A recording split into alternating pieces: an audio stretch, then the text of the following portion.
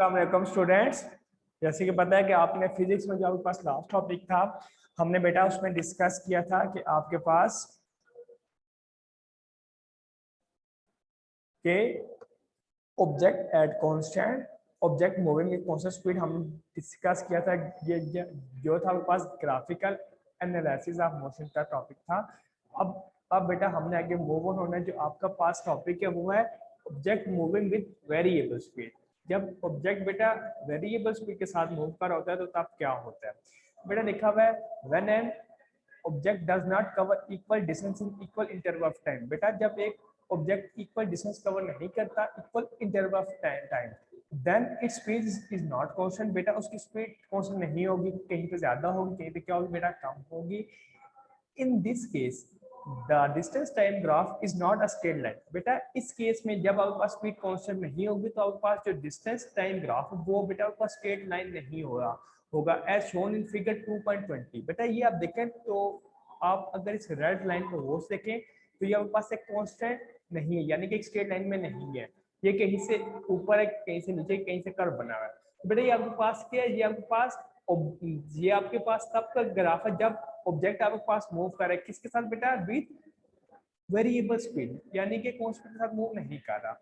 The slope of a curve at any point can be found from a slope of a tangent at that point. बेटा slope आपके पास किसी point पे आपने बेटा अगर उसकी स्लोप फाइंड करनी है ना तो आप किसी क्या देखते हो टेंजेंट एट दैट पॉइंट, जिस जो उस पॉइंट पे क्या बन रहा होगा बेटा टेंजेंट बन रहा होगा।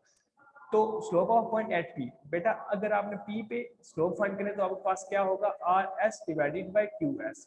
बेटा आपके पास आर एस कितना है? बेटा आपके पास 30 डिवाइडेड बाई 10, क्योंकि बेटा इस पे देखें तो आपके पास क्या बन रहा है?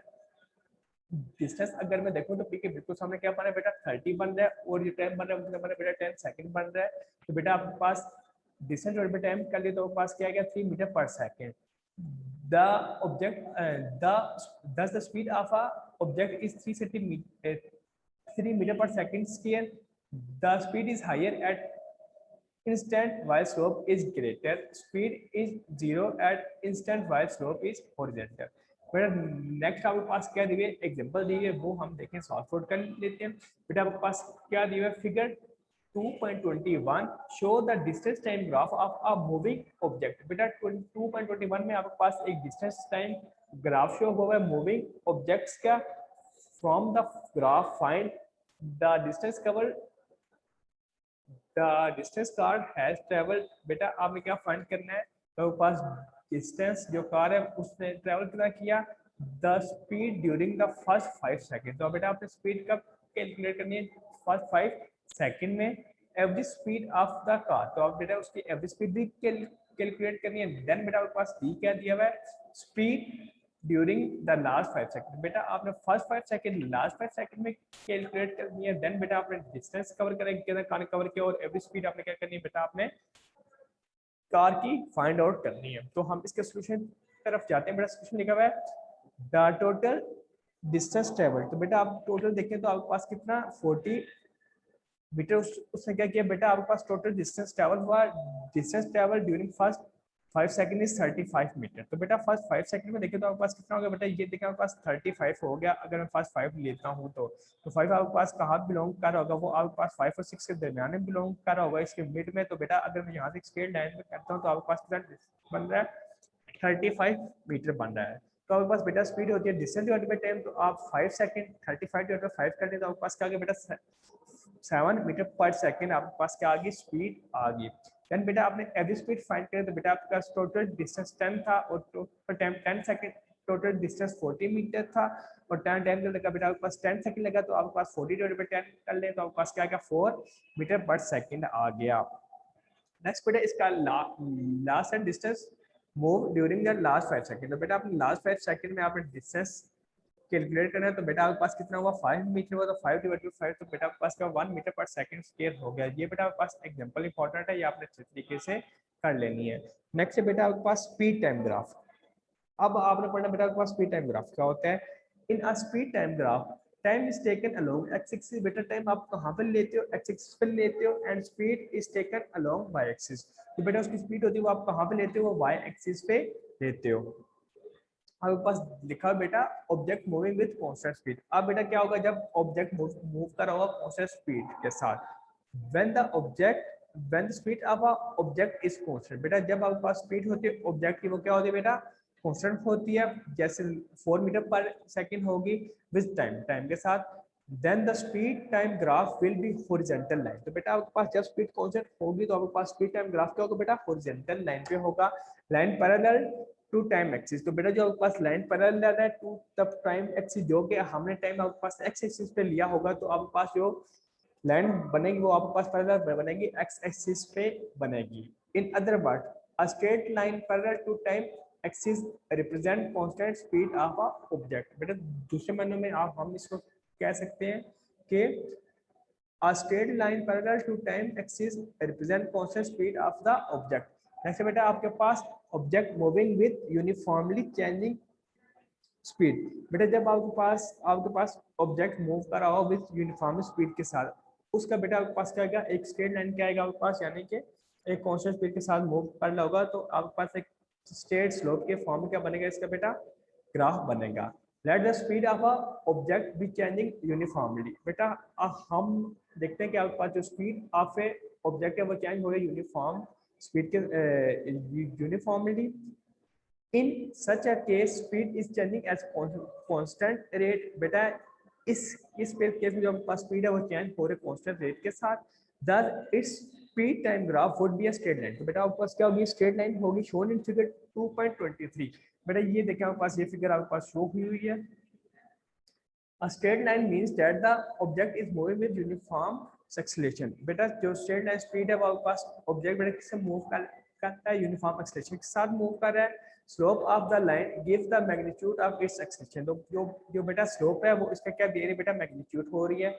नेक्स्ट बेटा आपके पास इसकी भी एक एग्जांपल आ जाती है, एग्जांपल 2.7 लिखा हुआ है find the acceleration for a speed time graph. बेटा आपने क्या फाइंड करनी है acceleration for a speed time graph में, शोन इन फिगर 2.23। बेटा 2.23 में अब आपने इसके क्या फाइंड करना है बेटा इसकी स्पीड टाइम ग्राफ में इसकी क्या फाइंड करना है बेटा acceleration.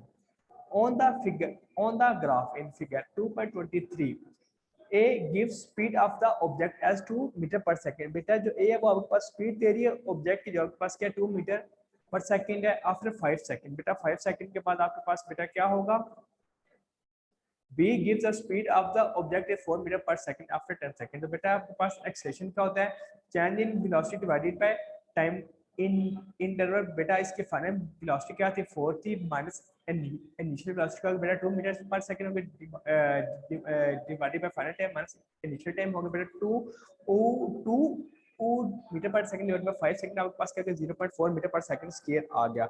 Speed time graph in figure 2.23 gives acceleration of the object is 0.4 meter per second। Next है बेटा आपके पास एक सेकंड एग्जांपल आपके पास दी हुई है कि find the acceleration for the speed time graph. बेटा आपने क्या एक्सेलरेशन फाइंड करनी है स्पीड टाइम ग्राफ की एज शोन इन फिगर 2.24। बेटा कौन सा फिगर में आपके पास हुआ है 24 में हुआ है। बेटा इसका सॉल्यूशन आपके पास द ग्राफ इन फिगर 2.24। तो बेटा आपके पास ग्राफ है 2.24 में show that the speed of the object is decreasing. बेटा उसमें स्पीड आपके पास क्या हो रही है ऑब्जेक्ट की बेटा क्या हो रही है आपके पास डिक्रीज हो रही है विद टाइम के साथ द स्पीड आफ्टर 5 सेकंड। तो बेटा जो स्पीड 5 सेकंड्स के बाद वो कितनी थी आपके पास 4 मीटर पर सेकंड थी, then it's become 2 metre per second after 10 second. तो बेटा पहले आपके पास जब 5 सेकंड थे फिर आपके पास 4 मीटर पर सेकंड थे, देन वो आपके पास डिक्रीज होगी वो कितनी होगी 2 मीटर पर सेकंड होगी आफ्टर 10 सेकंड में।